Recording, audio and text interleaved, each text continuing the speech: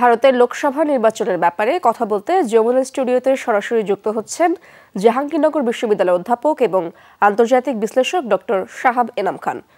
শাহাব এনাম খান, আপনাকে স্বাগতম আমাদের স্টুডিওতে।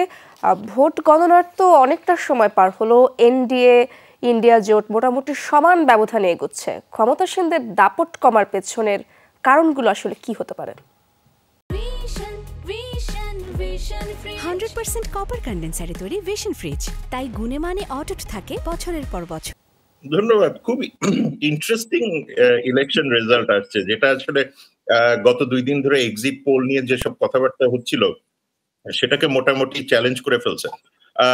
উত্তরপ্রদেশ দেখেন, মহারাষ্ট্র, কর্ণাটকে কিন্তু বড় রকমের পরিবর্তন এসছে।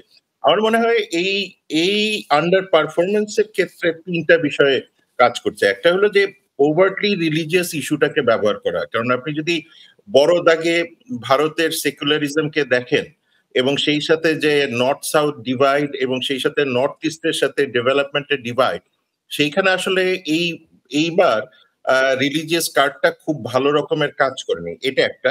দ্বিতীয় আরেকটা বিষয় আছে যে ইকোনমিতে যে ধরনের প্রমিসেস গুলি ছিল সেইগুলিতে খুব বেশি যে বড় ফলাফল এসছে তাও না।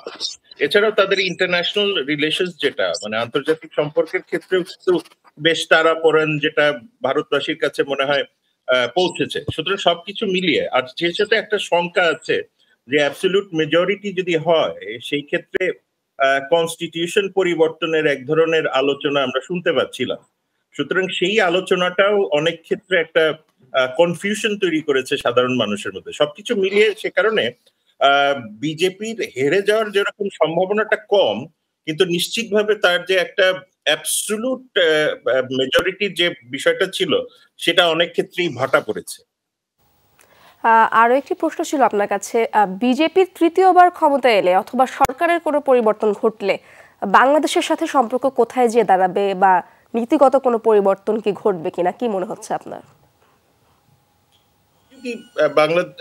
বিজেপি যদি ভারতের সরকারে আসেন তাহলে যে ফান্ডামেন্টালি আমাদের সাথে সম্পর্কের বড় রকমের পরিবর্তন হবে সেটা খুব একটা সমীচীন হবে না বলা। তবে নিশ্চিতভাবে বিজেপি সরকার নর্থ ইস্ট ইন্ডিয়া, ওয়েস্ট বেঙ্গলের সাথে তার সম্পর্কের গতি প্রকৃতিটা কি করবেন তার উপরে কিন্তু অনেক ক্ষেত্রেই বাংলাদেশের যেটা জেনারেল পারসেপশন ভারত সম্পর্কে সেটার উপরে কিন্তু একটা বড় রকম ইমপ্লিকেশন আসবে। সেই ক্ষেত্রে আসলে সরকার টু সরকার সম্পর্কের ক্ষেত্রে বড় রকমের কোনো পরিবর্তনের সম্ভাবনা নাই, কিন্তু খুব স্বাভাবিকভাবে পাবলিক পারসেপশনের ক্ষেত্রে একটা বড় ধরনের পরিবর্তন আসতে পারে। আর যদি কংগ্রেস সরকার গঠন করতে পারেন সেই ক্ষেত্রে হয়তো বাংলাদেশের সাথে সম্পর্কটা আরো বর্তমানে গভীর আছে তার চেয়ে আরো গভীরতর হবে। কারণ এখানেও মনে রাখতে হবে যে কংগ্রেস অনেক বেশি সেকুলার একটা পলিসি ফলো করে, যেটা অনেক ক্ষেত্রেই বাংলাদেশের মানে ইথোস এন্ড ভ্যালুজ এর সাথে কিছুটা হলেও এক ধরনের